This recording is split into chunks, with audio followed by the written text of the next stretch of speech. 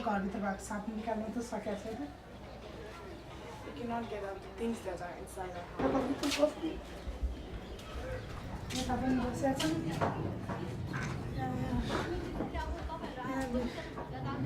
दुई परिवार बसेको